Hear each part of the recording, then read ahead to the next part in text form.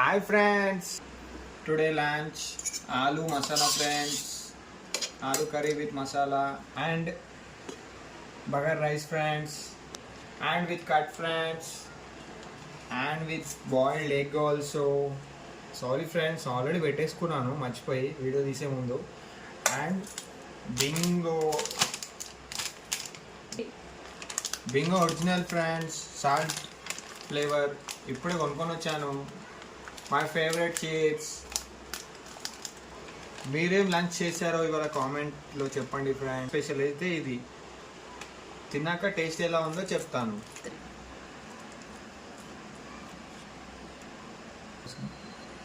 ఎగ్తో పాటు తింటున్నాం ఫ్రెండ్స్. ఇట్లా కాంబినేషన్ ఎవరైనా తింటారు.